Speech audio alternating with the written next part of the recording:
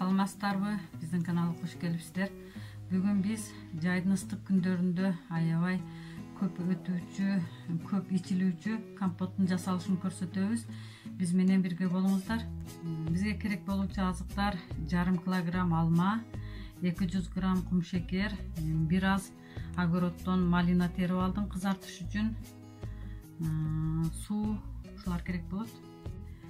Биринчи алманы тураштан баштайбыз. Алманы өзүңүздөр каалагандай кылып туурап аласыздар.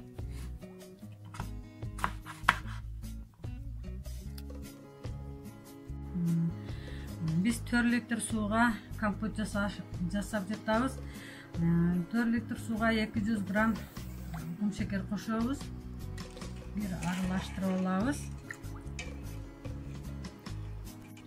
Тууралган алмабызды салабыз.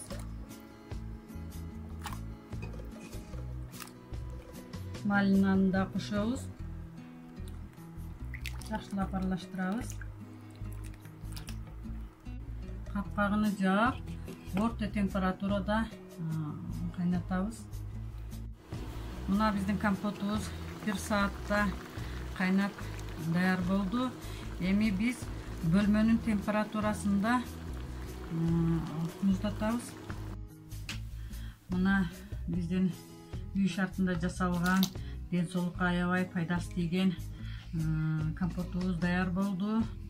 Биз эми компотубузду сүзгүч менен сүзүп алабыз.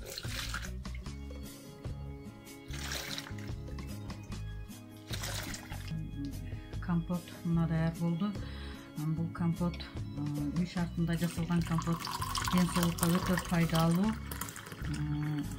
Каныздардын канын көбөйтөт.